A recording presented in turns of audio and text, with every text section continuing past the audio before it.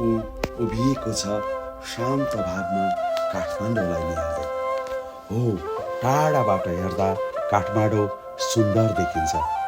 इतिहासले सजिएको, संस्कृतिले बाँचेको काठमाडौँ, लिच्छवी कालको स्वर्णिम युगको कथा बोकेको काठमाडौँ, विभिन्न कालखण्ड पार गर्दै वर्तमानमा उभिएको काठमाडौँ, भीमसेन थापाको स्तम्भ, सेतो धरहरा, मल्लकालीन राजाको प्रतिबिम्ब बसन्तपुर, स्वयम्भूनाथ, बौद्धनाथ, पाटन र भक्तपुरका यी ऐतिहासिक दरबार स्क्वायर, यिनै सम्पदाले गर्दा काठमाडौँलाई संसारले चिन्दछन्।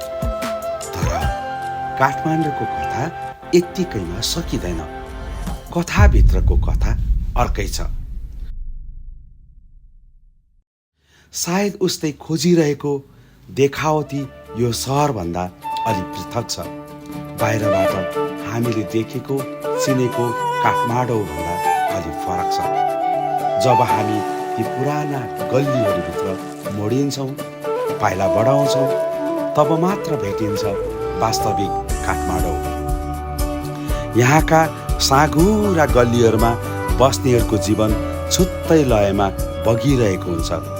कतिपय चर्किएका, मकिएका पुराना घर, जहाँ पुराना साथीहरूको गफगाफ, कहीँ बाल बालिकाको निश्चल हाँसो त कहीँ आफ्नै धुनमा बाटो काटिरहेका बटुवाहरू, जीवनयापनका लागि सङ्घर्ष गरिरहेका हुलहरू, सुख र दुःख भोगिरहेका मानिसहरू, सबैका आफ्नै कथाहरू छन्, सबैका आफ्नै व्यथाहरू छन्।